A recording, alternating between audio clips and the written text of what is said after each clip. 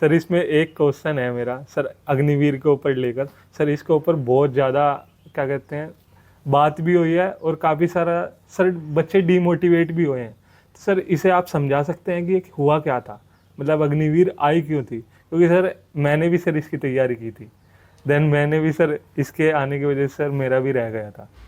तो सर इसके ऊपर, क्योंकि सर इसमें कहा गया था कि 4 साल के बाद आपको। देखो क्या है कि इंडियन आर्मी वैसी ऑर्गेनाइजेशन है जो उसकी जो टास्किंग है वो टास्किंग है लाइफ एंड डेथ की। जी।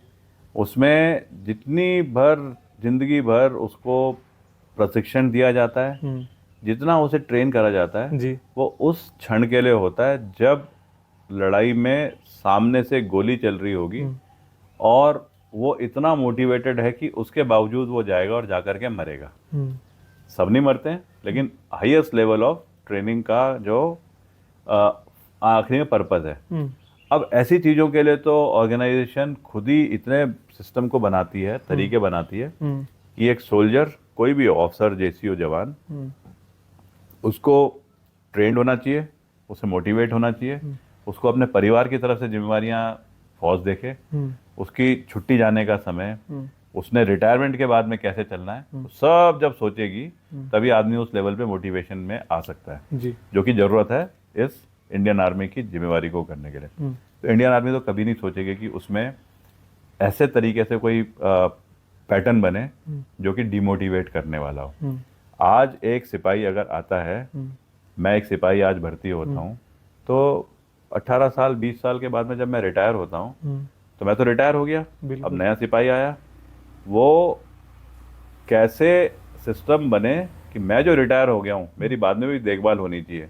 वो तो एक सिस्टम है ना कि जब मैं अपने टाइम पे नौकरी में था तो मैंने वो पैटर्न बनाया, अब जो नया है वो ऐसा पैटर्न बनाए। तो इंडियन आर्मी हर अपने एक एक सैनिक की, ऑफिसर जैसी जवान पूरी ध्यान रखती है।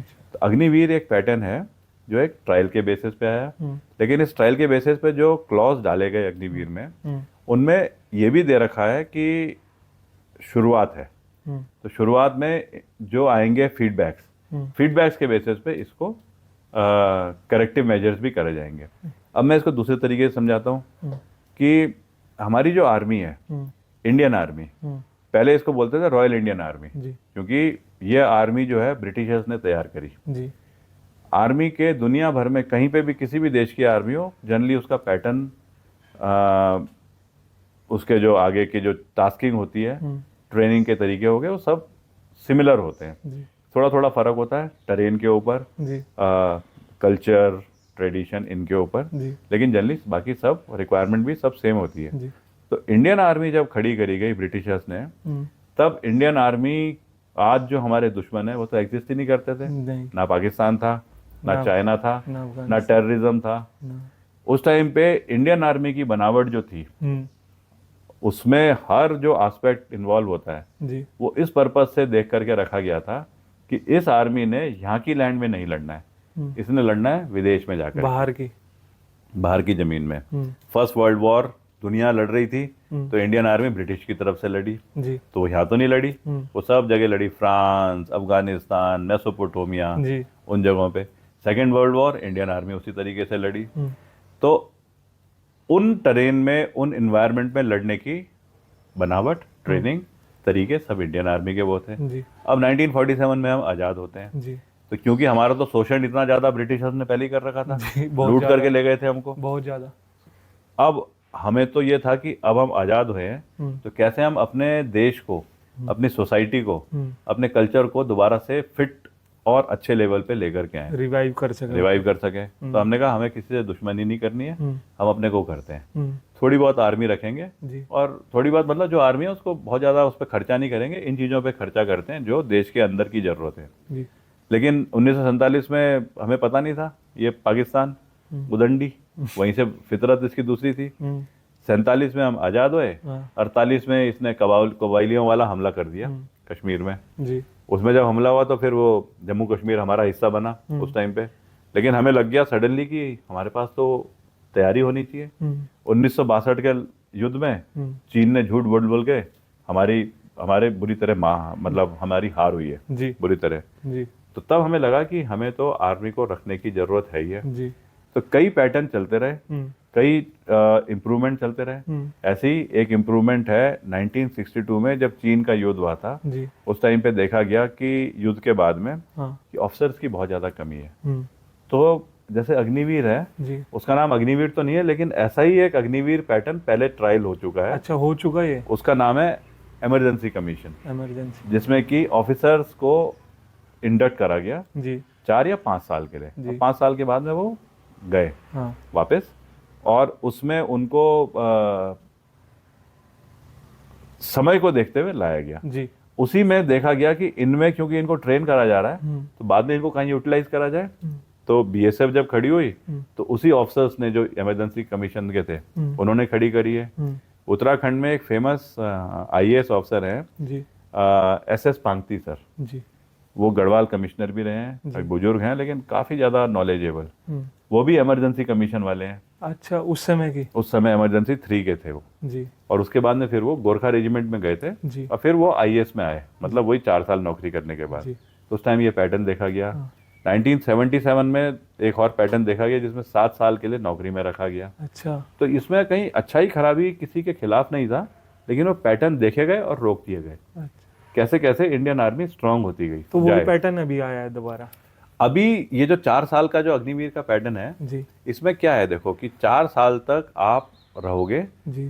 25% उसके बाद में रिटेन करे जाएंगे, 75% वापस चले जाएंगे। जी। लेकिन अभी जो मैं सुन रहा हूँ, जो फीडबैक आए हैं और जो इनका जो परफॉर्मेंस देखा गया है, जी। उसको देखते हुए मेरे को जो आर्मी से जानकारी मिल रही है, जी। क्योंकि मेरे कोर्समेट सब मेजर जनरल और उस लेवल पे आ गए हैं, जी। तो उनको सबसे ज़्यादा जानकारी रहती है। तो ये जो जानकारी मेरे को मिल रही है वो ये है कि बहुत जल्दी ऐसा डिसीजन आने वाला है कि जो 25% है, इसको 55 से 69% तक करा जा रहा है। अच्छा, मतलब डिसीजन तो आएगा तो तब वो होगा, पर मैं एक वो वाली बात बताने की कोशिश कर रहा हूँ जो मैं सुन रहा हूँ जी। और जिसका मेरे को पता है कि ट्रायल्स वो चल रहे हैं। जी। फिर उसके बाद में और जो इम्प्रूवमेंट्स हैं वो डिपेंड अभी करेगा कैसे कैसे लेकर के आएंगे। जी। ये जरूर है कि ठीक है, जो अग्निवीर में नहीं रहे, मतलब उसके बाद में जाएंगे, उनको सेंट्रल गवर्नमेंट के पैरामिलिट्री फोर्सेज में, प्राइवेट में परसेंटेज कोटा कंफर्म करा जा रहा है। वो तो एक चीज़ें हो गई, लेकिन मेन जो इम्पोर्टेंट चीज़ है कि 25% को 69% में अगर लेके आ जाया जाएगा, 55 से 69, तो पहले तो यही बहुत बड़ी चीज़ है। जी। बहुत अच्छी चीज़ है ये। जी। दूसरा, अग्निवीर जो है ना 2022 में शुरू हुआ, जी। जो ट्रेनिंग शुरू हुई। हाँ। और पहला बैच जो है कहीं 2023 के जनवरी में कहीं वो गया। जी। तो अगर 2023 के जनवरी में गया है तो 22 का जून, 22 के बाद 23, 24, 25, 26, 27, जी। 26, 2026 जून तक तो पहला बैच है अग्निवीर का। जी। अभी ये डिसीजन जो आएंगे ये पहले बैच पे भी लागू होंगे।